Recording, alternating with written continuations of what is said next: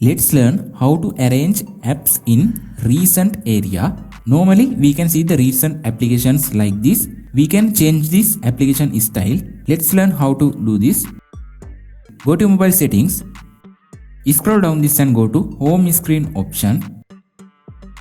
Click on arrange item in recents option. Now this mobile is already enabled vertically method. Now I change it into horizontally method. Let's see how it works now. Now you can see it is horizontal method. Again I change it into vertically method. This is vertically method. You can enable any style as you like.